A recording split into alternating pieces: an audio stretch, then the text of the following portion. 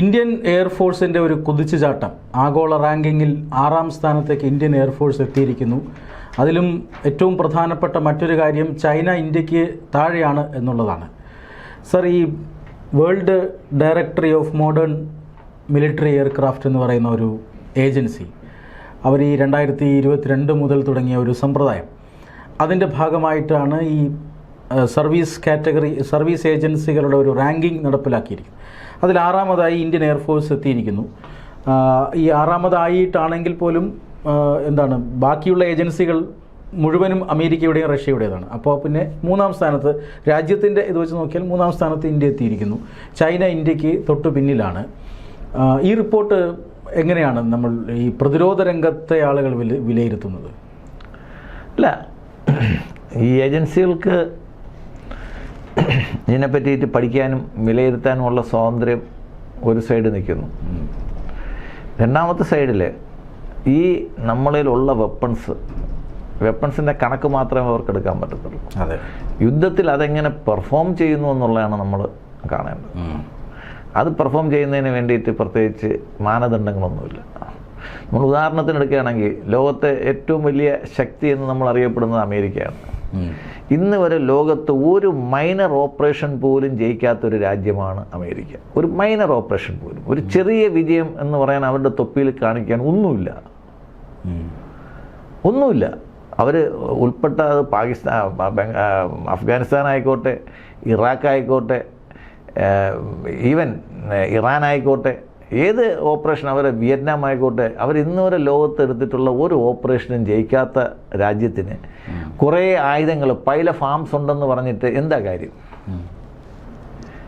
നമ്മളൊരു യുദ്ധം ജയിക്കുന്നതിന് 2-3 ഘടകങ്ങളുണ്ട്. ഒന്ന്, നമ്മുടെ മൊറയിൽ നമ്മുടെ ഒരു ഘടകമാണ്.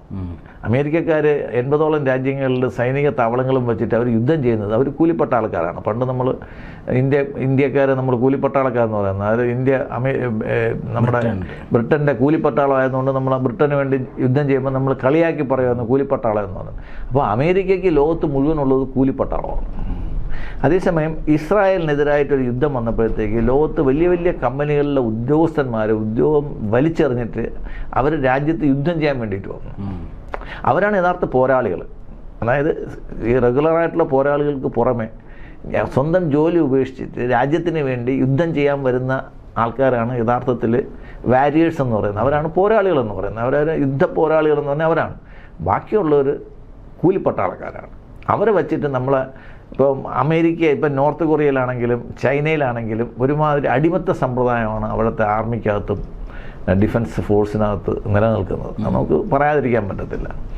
ഫോഴ്സ്ഫുള്ളായിട്ട് നിങ്ങൾ അവിടെ എത്ര മരിച്ച സൈനികരുടെ വീടുകളിൽ പോലും വിവരം അറിയിച്ചില്ലായിരുന്നു. ഇന്ത്യയുമായിട്ടുള്ള യുദ്ധങ്ങളിൽ മരിച്ചപ്പോഴത്തെ ആരും മരിച്ചില്ല എന്നൊക്കെ പറഞ്ഞ അവസാനം 45ഓളം പേര് മരിച്ചു എന്നുള്ള ഒരു കണക്ക് അവർ 4 വർഷം കഴിഞ്ഞതിന് ശേഷം പുറപ്പെടുവിച്ചു.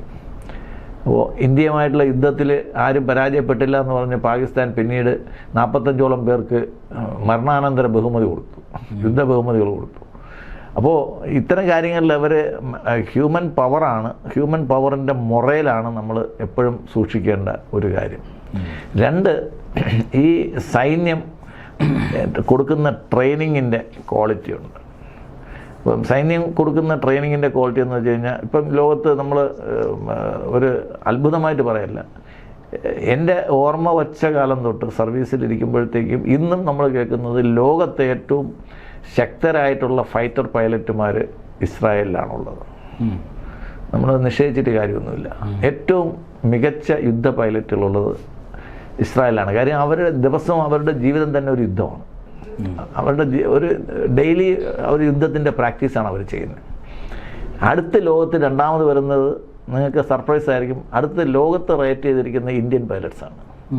ഇത്രയും കഠിനമായിട്ടുള്ള ഒരു പരിശീലനത്തിലൂടെയും തുടർച്ചയായിട്ടുള്ള പറക്കലുകളിലൂടെയും ലോകത്ത് വെന്നിക്കൊടി പാറിച്ചിട്ടുള്ള ഇസ്രായേലി പൈലറ്റിന് ശേഷം ഇന്ത്യൻ പൈലറ്റ്സാണ്. അതിനുശേഷം മറ്റേതെങ്കിലും രാജ്യത്തെ പൈലറ്റ്സ് വരത്തുള്ളൂ. അപ്പം നമ്മൾ ഒരു സൈന്യത്തിനെ റേറ്റ് ചെയ്യുമ്പോഴത്തേക്ക് വിന്നബിലിറ്റിയാണ് അതിനുണ്ടെങ്കിൽ നമ്മൾ ആ വിന്നബിലിറ്റിയാണ് നോക്കേണ്ടത്. ആ വിന്നബിലിറ്റി ഫാക്ടറാണ് നമ്മൾ അസസ് ചെയ്യേണ്ടത്. നമുക്ക് ഇത്ര ആയുധങ്ങളുണ്ടെന്ന് പറഞ്ഞിട്ട് കാര്യമില്ല. അത് ഉപയോഗിക്കാതെ അവിടെ വെച്ചുകൊണ്ടിരുന്നിട്ട് എന്താ കാര്യം?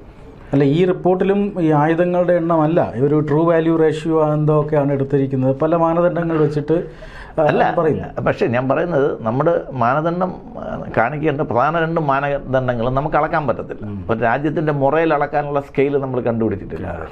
ഇപ്പോൾ നമ്മൾ ഓപ്പറേഷൻ സിന്ദൂറിൽ നമ്മൾ 22 മിനിറ്റ് കൊണ്ട് നമ്മൾ എന്തൊക്കെ കാണിച്ചു എന്നുള്ള കാര്യം നമ്മൾ കണ്ടതാണ്. അത്രയും ഷോർട്ട് സ്പാനിൽ ഈവൻ റഷ്യയ്ക്കോ അമേരിക്കയ്ക്കോ പോലും ഇത്രയും നല്ലൊരു യുദ്ധം ഇത്രയും കുറച്ച് സമയം കൊണ്ട് ചെയ്ത് ഇത്രയും നല്ലൊരു ഓപ്പറേഷൻ ചെയ്തൊരു ചരിത്രം ലോകത്തിലില്ല. അതെ. അപ്പോൾ ആ വിന്നബിലിറ്റി ഫാക്ടർ നമ്മൾ കണക്കാക്കുമ്പോഴത്തേക്ക് നമ്മുടെ മുറയിൽ കണക്കാക്കണം, പിന്നെ നമ്മളെ പരിശീലനം കണക്കാക്കണം, നമ്മൾ എത്ര മണിക്കൂറാണ് ഒരു പൈലറ്റിന് പരിശീലനം കൊടുക്കുന്നതെന്ന് കണക്കാക്കണം. അതെ. അപ്പോൾ ഇവിടെ ട്രെയിനർമാരുടെ എണ്ണവും ഒക്കെയാണ് ഇവിടെ കണക്കാക്കി. ആ ട്രെയിനർമാരുടെ എണ്ണം ഉണ്ടായിട്ട് കാര്യമില്ല. നമ്മൾ എത്ര മണിക്കൂറാണ് ഒരു പൈലറ്റിനെ സംബന്ധിച്ചിടത്തോളം പരിശീലനം കൊടുക്കുന്നത്, പൈലറ്റ് ഏതൊക്കെ കണ്ടീഷൻസിലാണ് പൈലറ്റ് പരിശീലിക്കുന്നത്, ഏതൊക്കെ ത്രെഡ്സാണ് ഒരു പൈലറ്റ് പിന്നെ ഫോർസി ചെയ്യുന്നത്, അത് എത്ര മിഷൻസാണ് അവരെ അക്കംപ്ലിഷ് ചെയ്യുന്നത്, ഇതൊക്കെയാണ് നമ്മളൊരു വിന്നബിലിറ്റി ഫാക്ടറായിട്ട് ഒരു ഫോഴ്സിൻ്റെ പവർ എന്ന് പറയുന്ന കാര്യം. ഇപ്പോൾ നമ്മൾ രണ്ടാമത്തെ പവർ എന്ന് പറയുന്ന റഷ്യ, എനിക്ക് തോന്നുന്നു 2-3 വർഷമായിട്ട് ഉക്രൈൻ എന്ന് പറയുന്ന ഒരു ചെറിയ രാജ്യമായിട്ട് യുദ്ധം ചെയ്തുകൊണ്ടിരിക്കുകയാണ്. അപ്പോൾ ഇവരൊക്കെ 1ാം സ്ഥാനത്ത് 2ാം സ്ഥാനത്ത് എന്നൊക്കെ പറയുമ്പോഴത്തേക്ക് എനിക്ക് സത്യം പറഞ്ഞാൽ ചിരിയാണ് ഉണ്ടാകുന്നത്. ഇത്തരം റേറ്റിങ്ങുകളോട് നമുക്ക് ഈ റേറ്റിങ്ങുകളിനകത്ത് യാഥാർത്ഥ്യമൊന്നുമില്ല, റാഷണലൊന്നുമില്ല. അവർ പറഞ്ഞ കണക്കുകൾ കറക്റ്റാണ്, സ്റ്റാറ്റിസ്റ്റിക്സ് കണക്കാണ്, പിന്നെ അവരുടെ ഹെഡ് കൗണ്ടിങ് കറക്റ്റാണ്. ലോകത്തെ ഏറ്റവും വലിയ ആർമിയായിട്ട് ഇന്ത്യ, ഏറ്റവും വലിയ ഡിഫൻസ് ഫോഴ്സായിട്ട് ഇന്ത്യയാണ് ആദ്യം നിൽക്കുന്നത്, അത് അവർ സമ്മതിക്കുന്നുണ്ട്. ഏറ്റവും വലിയ എയർഫോഴ്സിൻ്റെ പവറായിട്ട് 3rd എയർഫോഴ്സ് പവറായിട്ട് ഇന്ത്യയാണ് നിൽക്കുന്നത്. പക്ഷേ ഇന്ത്യ എയർഫോഴ്സ് പവറായിട്ട് നിൽക്കുമ്പോൾ ഓപ്പറേഷൻ സിന്ദൂർ പോലുള്ള ഒരു ചെറിയ ഓപ്പറേഷൻ്റെ സക്സസ് പോലും ഇല്ലാത്ത ബാക്കി രാജ്യങ്ങളാണ് ഇന്ത്യക്ക് മുകളിൽ നിൽക്കുന്നത്. പിന്നെ അപ്പോൾ ഫ്രാൻസിനൊന്നും ഇതിനകത്ത് കണക്ക് കൂട്ടിയിട്ടേ ഇല്ല. ഫ്രാൻസൊക്കെ എന്ന് വെച്ച് കഴിഞ്ഞാൽ എയർഫോഴ്സിൻ്റെ പവറിൽ ഫ്രാൻസൊക്കെ ഒരുപാട് മുകളിൽ തന്നെയാണ്. അപ്പോൾ ഞാൻ പറയുന്ന ആയുധങ്ങളുടെ എണ്ണത്തിൻ്റെ കാര്യത്തിലല്ല കാര്യം, ആയുധങ്ങളുടെ പിന്നെ ഡിസ്ട്രോയിങ് പവറാണ് നോക്കേണ്ടത്. ഇത്ര പവർ ഉണ്ടായിട്ട് കാര്യമില്ല, എത്ര വേഗത്തിൽ എത്താൻ പറ്റും, എത്ര ആക്യുറേറ്റ് ആയിട്ട് പോകാൻ പറ്റുന്നുണ്ട്, അത് ഡിസ്ട്രക്ഷൻ്റെ പവർ എന്താണ്. ഇപ്പോൾ ഇന്ത്യ ഓപ്പറേഷൻ സിന്ദൂറിൽ കാണിച്ച ഡിസ്ട്രക്ഷൻ പവർ അവർ നല്ലവണ്ണം കണ്ടതാണ്. പാകിസ്ഥാൻ്റെ ടാർഗറ്റുകൾ കൃത്യമായിട്ട് നമ്മൾ ടാർഗറ്റുകളെല്ലാം ചെയ്തു, അതെല്ലാം വീഴ്ത്തി അവരെല്ലാം കൃത്യമായിട്ട് തിരിച്ചു പോവുകയും ചെയ്യുന്നു. വളരെ നിസ്സാരമായ കാഷ്വാലിറ്റിയാണ്. എനിക്ക് തോന്നുന്നു ഞാൻ ആ 6 പേരുടെ ജീവനെ നിസ്സാരമായിട്ടല്ല പറയുന്നത്. ഒരു യുദ്ധത്തിൽ നമുക്കുണ്ടാകുന്ന വളരെ നിസ്സാരമായ കാഷ്വാലിറ്റിയിൽ പോലും പ്രധാനമന്ത്രി രാജിവെക്കണമെന്ന് പറയുന്ന ആൾക്കാരാണ് നമ്മൾ കാണുന്നത്. ഒരാളും മരിക്കാതെ യുദ്ധം ഉണ്ടാക്കാൻ പറ്റും, ഒരു വിമാനം തകരാതെ യുദ്ധം നടത്താൻ പറ്റും. അതല്ല, അത് ഈ മോദി സർക്കാർ വരുത്തി വെച്ചതാണെന്ന് തോന്നുന്നു. കാരണം 1ഉം 2ഉം സർജിക്കൽ സ്ട്രൈക്കുകളിൽ ആൾനാശം ഉണ്ടായില്ല, അതുകൊണ്ട് ഇനി ഒരിക്കലും ഉണ്ടാകാൻ പാടില്ല. അല്ല, അങ്ങനെയല്ല. അപ്പോൾ നമ്മൾ പലപ്പോഴും പറഞ്ഞതിന് എതിരഭിപ്രായം പലരും ഉണ്ടായിരുന്നു. നമ്മൾ വിമാനങ്ങളൊക്കെ വാങ്ങിക്കുന്നത് യുദ്ധം ചെയ്യാനും നശിപ്പിക്കാനും തന്നെയാണ്. വെടിയുണ്ട് എന്തുകൊണ്ട് ഫയർ ചെയ്യുന്നു എന്ന് ചോദിച്ചു കഴിഞ്ഞാൽ നമുക്കൊന്നും പറയാൻ പറ്റത്തില്ല. പപ്പു യാദവ് തന്നെ പറഞ്ഞു എത്ര വിമാനം വീണു, 71 വാറിൽ എത്ര വിമാനം വീണു, എന്താ കണക്ക് പറയാത്ത? അവൻ്റെ മുത്തശ്ശിയായിരുന്നല്ലോ പ്രധാനമന്ത്രി, എന്താ കണക്ക് പറയാത്ത? കാര്യം ഈ കണക്കുകളൊക്കെ നമുക്ക് പറയാനുള്ള കണക്കുകളല്ല. നമ്മൾ യുദ്ധമുഖത്തിലോട്ട് പോകുന്ന ഒരു സൈനികൻ യുദ്ധം ചെയ്യാനും മരിക്കാനും കൊല്ലാനും തന്നെയാണ് പോകുന്നത്, അല്ലാതെ ഹണിമൂണിനല്ല പോകുന്നത്. യുദ്ധത്തിന് പോകുന്ന, യൂണിഫോം ഇട്ട് പോകുന്ന ഒരുത്തൻ യുദ്ധം ചെയ്ത് പോകുന്ന മരിക്കാനും, ഒന്നിൽ കൊല്ലാൻ അല്ലെങ്കിൽ മരിക്കാൻ തന്നെയാണ് പോകുന്നത്. അല്ലാതെ നമ്മൾ വേറൊന്നും പറഞ്ഞിട്ട് കാര്യമൊന്നുമില്ല. അപ്പോൾ ഒന്നുകിൽ ചാവും അല്ലെങ്കിൽ മരിക്കും. നമ്മൾ മരിക്കണ്ടെന്ന് വിചാരിച്ചാലും മറ്റേ ആൾ കൊല്ലാതിരിക്കത്തില്ലല്ലോ. അവൻ മരിക്കണ്ടെന്ന് വിചാരിച്ചാലും നമുക്ക് കൊല്ലാതിരിക്കാൻ പറ്റത്തില്ലല്ലോ. അപ്പോൾ അതും ഇതുമായിട്ട് ബന്ധപ്പെടുത്തിയിട്ട് കാര്യം. ഒരു വിമാനം പറന്നു പോകുന്നു താഴേന്ന്, ഈവൻ നമ്മൾ കണ്ടിട്ടുണ്ട് അഫ്ഗാനിസ്ഥാനിലൊക്കെ ഈ ഷോൾഡർ ഫയർ മിസൈൽസ് ഉപയോഗിച്ചിട്ട് എത്രയോ വിമാനങ്ങൾ അവർ വെടിവെച്ചിട്ടിരിക്കുന്നു. ഇന്ത്യയിലൊന്നും ആ രീതിയിൽ ആൾക്കാർ ചെയ്യുന്നില്ല. പക്ഷേ അതുപോലും നമ്മൾ കണ്ട ഏറ്റവും വലിയ അഡ്വാൻസ് വിമാനം പോലും ചെറിയ മിസൈൽസ് ഉപയോഗിച്ചിട്ട് തകർത്തിടുന്ന് നമ്മൾ കാണുന്നുണ്ട്. അപ്പോൾ ഫയർ പവർ അല്ല നോക്കുന്നത്, അതിൻ്റെ പുറത്തുള്ള മാൻ പവർ എന്താണ്, അവരുടെ ട്രെയിനിങ് എന്താണ്, ഇതൊക്കെയാണ് കാര്യമായിട്ട് നമ്മൾ കണക്കിലെടുക്കേണ്ട ഫാക്ടേഴ്സ്. ഇതൊക്കെ ഉണ്ടെങ്കിലും, ഇത് എല്ലാം ഉണ്ടെങ്കിലും സ്ട്രാറ്റജിയിൽ തോറ്റു കഴിഞ്ഞാൽ പോയി. ഇവിടെ സ്ട്രാറ്റജി, ഇപ്പോൾ നമ്മൾ ഇന്ത്യ ഈ ഓപ്പറേഷൻ സിന്ദൂർ ജയിച്ചത് അതിൻ്റെ സ്ട്രാറ്റജി കൊണ്ടാണ്. കാര്യം നമ്മൾ ഒരിക്കലും അതിർത്തിയിലെ പട്ടാളക്കാരെ നമ്മൾ ആക്രമിച്ചില്ല. നമ്മൾ ആക്രമിച്ചത് മുഴുവൻ സൈനിക താവളങ്ങളല്ല, ഭീകര കേന്ദ്രങ്ങളാണ് നമ്മൾ ആക്രമിച്ചത്. അതുകൊണ്ട് ലോകത്തിൻ്റെ എല്ലാ ഭാഗത്തു നിന്നും നമുക്കൊരു positive support, even pro Pakistani ഹാൻഡിൽസിൽ നിന്ന് പോലും നമുക്ക് പരിഗണനയാണ് കിട്ടിയത്. അതേസമയം നമ്മളൊരു മിലിറ്ററി അറ്റാക്കിലോട്ട് പോയിരുന്നെങ്കിൽ നമ്മളെ പട്ടാളക്കാർ അവരെ കടന്നാക്രമിക്കുന്നതോ അവരെ സ്ഥലം പിടിച്ചെടുക്കുകയോ ഒക്കെ ചെയ്തിരുന്നെങ്കിൽ അതിൻ്റെ വികാസം വേറൊന്നായിരിക്കും. അക്കാര്യത്തിൽ നരേന്ദ്രമോദി പറഞ്ഞത് ഒരു ഓപ്പൺ കാര്യം, ഇത് വളരെ ഇമ്മിനൻ്റ് ആയിട്ടൊരു കാര്യമാണ്. കാര്യം പത്താൻകോട്ട് എയർബേസ് ആക്രമിക്കുമ്പോഴത്തേക്ക് തന്നെ നമുക്കറിയാം, ഒരു എയർബേസ് ആക്രമിക്കുക എന്ന് പറയുമ്പോഴത്തേക്ക് അത് നിസ്സാരമായ ഒരു കാര്യമല്ല. അത് രാഷ്ട്രീയ നേതൃത്വത്തിന് തീർക്കാൻ പറ്റുന്നൊരു കാര്യമല്ല. മിലിറ്ററിയിൽ ഒരു മിലിറ്ററി ബേസ് അടിക്കുമ്പോഴത്തേക്ക്, ഒരു എയർഫോഴ്സ് ബേസ് അടിക്കുമ്പോഴത്തേക്ക് അത് ഞാൻ പറഞ്ഞ് സബൂറാക്കിക്കൊള്ളാമെന്ന് നരേന്ദ്രമോദിക്ക് പറയാൻ പറ്റത്തില്ല. അടിച്ചെങ്കിൽ അത് തിരിച്ചടിച്ചേ പറ്റുള്ളൂ, അല്ലെങ്കിൽ ഇവർ ഈ കാക്കിയിട്ടോണ്ട് നടന്നിട്ട് കാര്യമില്ല. അത് തിരിച്ചടി നമ്മൾ പ്രതീക്ഷിച്ചതാണ്. പക്ഷേ ഏത് ലെവലിൽ എങ്ങനെ കിട്ടുമെന്നുള്ളത്, എപ്പോഴും കിട്ടുമെന്നുള്ളത് മാത്രമായിരുന്നു നമുക്ക് കാണാനുണ്ടായിരുന്നത്. അത് അവർ കൃത്യമായിട്ട് അവർ വാങ്ങിക്കുകയും ചെയ്തു.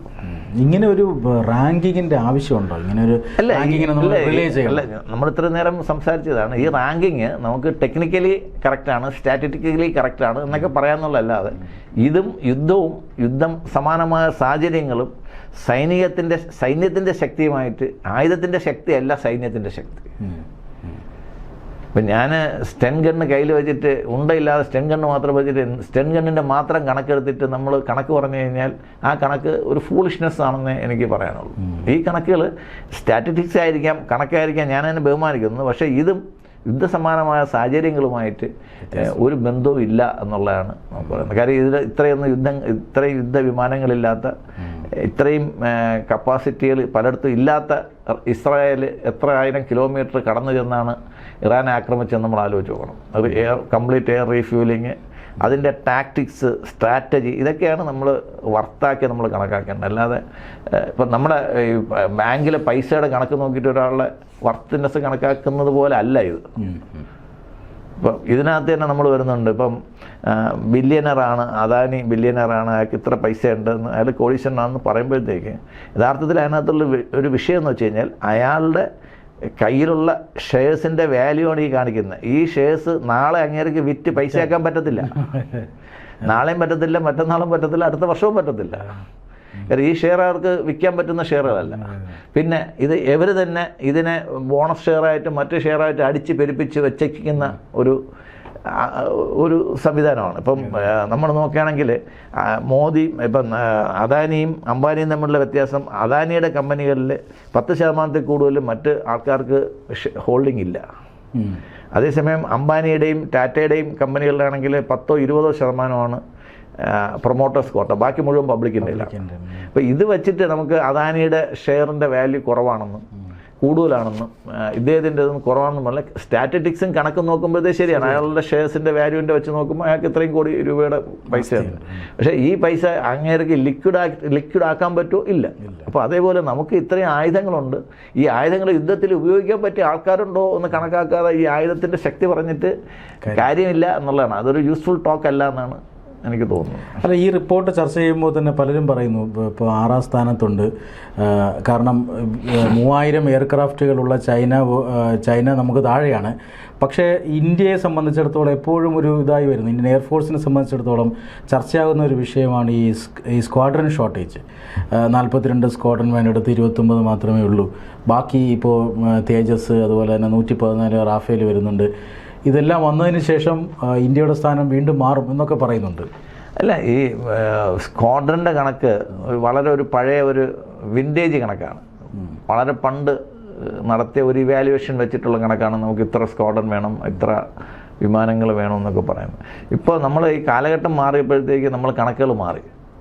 കണക്കുകൾ മാറുമ്പോഴത്തേക്ക് നമ്മൾ നേരത്തെ ഒരു വിമാനം കവർ ചെയ്യാൻ പറ്റുന്ന ഏരിയ എത്രയാണ്, ആ സ്പീഡ് വെച്ചിട്ട് ആ ഏരിയ എത്രയാണ്, ഇപ്പം നമ്മൾ കവർ ചെയ്യുന്ന എത്രയാണ്, അത് തമ്മിൽ ഒരുപാട് വ്യത്യാസമുണ്ട്. അപ്പോൾ അതിനനുസരിച്ച് ഈ കണക്കുകൾ ഒന്ന് റീവർക്ക് ചെയ്താലേ ആ കണക്കുകളെ പറ്റി അതിൻ്റെ ഒരു സുതാര്യത നമുക്ക് മനസ്സിലാകും. അത് പ്രാക്ടിക്കലായിട്ടുള്ള ഒരു കണക്കുകളല്ല. മാത്രമല്ല, നമ്മൾ ഇതിൻ്റെ കൂടെ നമ്മൾ ഒരുപാട് ഈ ഡ്രോൺസിൻ്റെ കപ്പാസിറ്റി നമ്മൾ ഒരുപാട് കൂട്ടിയിട്ടുണ്ട്. പിന്നെ നമ്മൾ വേറൊന്ന് മനസ്സിലാക്കേണ്ടത്, നമ്മുടെ ഈ സ്പേസ് ഏരിയയിൽ നമ്മൾ കാണിക്കുന്ന വികസനം എല്ലാം നമ്മുടെ മിസൈൽ ടെക്നോളജിയുടെ വേറൊരു ഭാഗമാണ്. കാര്യം രണ്ടിൻ്റെയും ടെക്നോളജി ഒന്ന് തന്നെയാണ്. നമ്മൾ വികസിപ്പിക്കുന്നത് സ്പേസ് ആണെങ്കിലും ആ ഉപയോഗിക്കുന്ന മോട്ടോഴ്സും ആ എൻജിനും എല്ലാം നമ്മൾ മിസൈലിൻ്റെ ആവശ്യത്തിന് നമ്മൾ ഉപയോഗിക്കുന്നുണ്ട്. അപ്പം നമ്മുടെയുള്ള മിസൈലിൻ്റെ കണക്കൊന്നും നമ്മൾ കൃത്യമായിട്ട് പുറത്ത് വിട്ടിട്ടില്ല, വിടാനോട്ട് പോകുന്നുമില്ല. പക്ഷേ ഇന്ത്യ ലോകത്തെ മിസൈൽ രാജ്യങ്ങളിൽ ഒന്നാമത് തന്നെ എത്താമെന്ന് പറയുന്ന രാജ്യങ്ങളാണ്. കാര്യം ഇപ്പോൾ അമേരിക്കയും റഷ്യയും അവരുടെ കമ്പൈൻഡ് പവറാണ് പറയുന്നത് പല രാജ്യങ്ങളിൽ. ഇപ്പം അമേരിക്ക അവരുടെ 80 രാജ്യങ്ങൾ 80 ബേസുകളിൽ വെച്ചേക്കുന്ന പവറാണ് അവരുടെ പവറായിട്ട് പറയുന്നത്. അപ്പം ഇന്ത്യയെ സംബന്ധിച്ചിടത്തോളം ഇന്ത്യക്കകത്തുള്ള പവർ ഇന്ത്യയുടെ മാത്രം പവറാണ്. അപ്പം നമ്മളുടെ രാജ്യത്തിൻ്റെ ഓരോ ഏരിയയും അതിൻ്റെ സുരക്ഷയുടെ ഓഡിറ്റിങ് നമ്മൾ നോക്കുകയാണെങ്കിൽ അത് കൃത്യമായിട്ട് എയർഫോഴ്സ് ഓഡിറ്റ് ചെയ്തിട്ടുണ്ട്. അതിനനുസരിച്ചിട്ടുള്ള ഡിപ്ലോയ്മെൻ്റ് അവർ ചെയ്യുന്നത്. ഇപ്പം നമ്മളൊക്കെ സർവീസിൽ കയറുന്ന സമയത്ത് ഇപ്പോൾ 80കളിലൊക്കെ എന്ന് വെച്ച് കഴിഞ്ഞാൽ സൗത്ത് ഇന്ത്യയിൽ ഫൈറ്റർ സ്ക്വാഡൻ്റെ തന്നെ ആവശ്യമില്ലായിരുന്നു. ഇവിടെ ഒന്നും ഇല്ലായിരുന്നു. സുളൂരെന്തോ ഒരു ചെറിയൊരു എയർബേസ് ഉണ്ടായെന്ന് പോയിട്ട് കേരളത്തിലൊന്നും ഒരു എയർബേസിൻ്റെ കാര്യം നമ്മൾ എയർഫോഴ്സിൻ്റെ കാര്യം നമ്മൾ ചിന്തിച്ചിട്ട് പോലുമില്ല.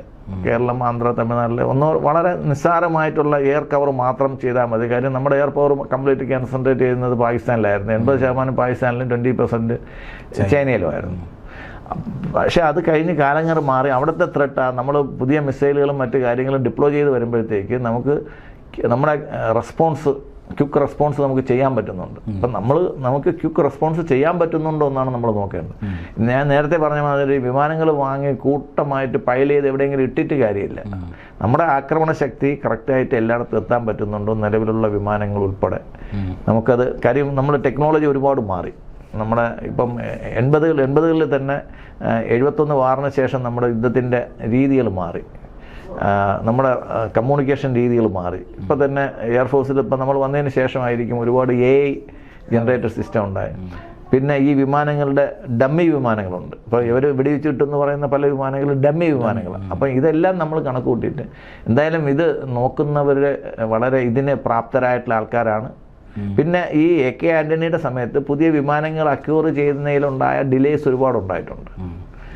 അതായത് ഡിഫൻസ് സ്പെൻഡിങ് ഒരു അനാവശ്യമായിട്ടുള്ളൊരു കാര്യമാണെന്ന് തോന്നുന്ന ചില മടയന്മാരൊക്കെ അവിടെ ഉണ്ടായിരുന്നു. അപ്പോൾ അവർ വരുത്തിയിട്ടുള്ള ഡിലേ നമ്മൾ ആ ഒരു ജനറേഷൻ ഗ്യാപ്പ് പോലെ ഒരു 10-12 വർഷത്തോളം ഇന്ത്യ പുതിയ വെപ്പൺസ് ഒന്നും അക്യൂർ ചെയ്യാത്ത ഒരു ഗ്യാപ്പ് ഉണ്ടായി. ആ ഗ്യാപ്പ് നമ്മൾ സ്ലോലി ഫില്ല് ചെയ്ത് വരുന്നുണ്ട്. എന്തായാലും നമ്മൾ ഇതിന് സപ്ലിമെൻ്റ് ആയിട്ട് ഇപ്പം ലോകത്ത് ഇത്രയും വലിയ രാജ്യമാണെങ്കിൽ നമുക്ക് ബോംബറുകളില്ല.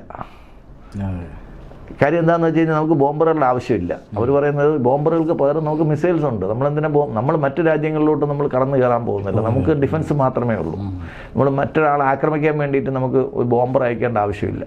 അപ്പോൾ നമ്മുടെ അതിർത്തിക്കകത്ത് നിന്നുകൊണ്ട് തന്നെ മിസൈൽ അല്ല, നമ്മുടെ അതിർത്തി സംരക്ഷിക്കാൻ നമുക്ക് മിസൈൽ മാത്രം മതി. ഈ അമേരിക്കയെ പോലെ മറ്റു രാജ്യങ്ങളിൽ പിടിച്ചടക്കാൻ നടക്കുന്നവർക്കാണ് ബോംബറുകളുടെ ആവശ്യം. അപ്പോൾ ബോംബറുകൾ നോക്കുമ്പോഴത്തേക്ക് ബോംബറുകളുടെ റാങ്കിങ്ങിൽ ഇന്ത്യ ഏറ്റവും അവസാനം എന്ന് പറഞ്ഞിട്ട് കാര്യമൊന്നുമില്ല. കാര്യം നമ്മുടെ സെക്യൂരിറ്റി ത്രെറ്റ്സ് എന്താണ്, അതിനെ നമ്മൾ കവർ ചെയ്യുന്നുണ്ടോ എന്ന് മാത്രം നമ്മൾ നോക്കിയാൽ മതി. അത് നോക്കാൻ ഇന്ത്യയിലെ ഡിഫൻസിൻ്റെ മേൽത്തട്ടിൽ തൊട്ട് താഴെത്തട്ടിലുള്ളവരെല്ലാവരും പ്രിപ്പയർഡാണ്.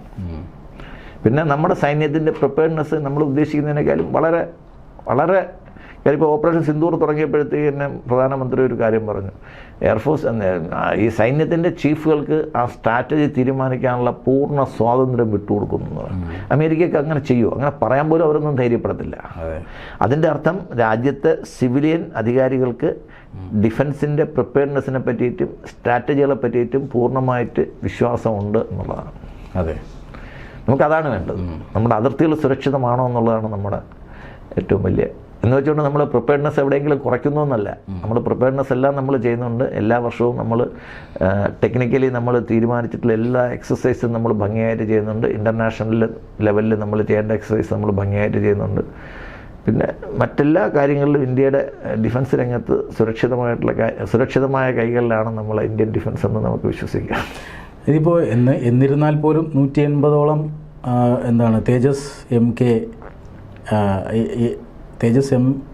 അല്ലേ, MK1 വരുന്നുണ്ട്. പിന്നെ 114 അല്ല, അതിലൊക്കെ ഞാൻ നേരത്തെ പറഞ്ഞ പോലെ തേജസിൻ്റെ കാര്യത്തിൽ ഇന്ത്യക്ക് പറ്റിയ ഒരു അമളി എന്ന് വെച്ച് കഴിഞ്ഞാൽ കൊടുത്ത ഉറപ്പുകളെ അവർ പൂർണ്ണമായിട്ടും വിശ്വസിച്ചു എന്നുള്ളതാണ് കാര്യം.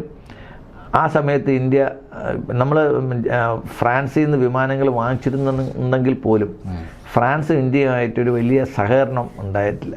ഒരു ഇംഗ്ലണ്ടിൻ്റെ ഒരു സഖ്യരാജ്യം എന്നുള്ള രീതിയിൽ അവർ ഇന്ത്യയൊന്നും ഫ്രാൻസ് ഒന്നും ഒരു വലിയ ഒരു പവറായിട്ട് പോലും കണക്കാക്കിയിട്ടില്ലായിരുന്നു. ഒരു കൺസിഡർ പോലും നമ്മൾ ചെയ്യുന്നില്ലായിരുന്നു.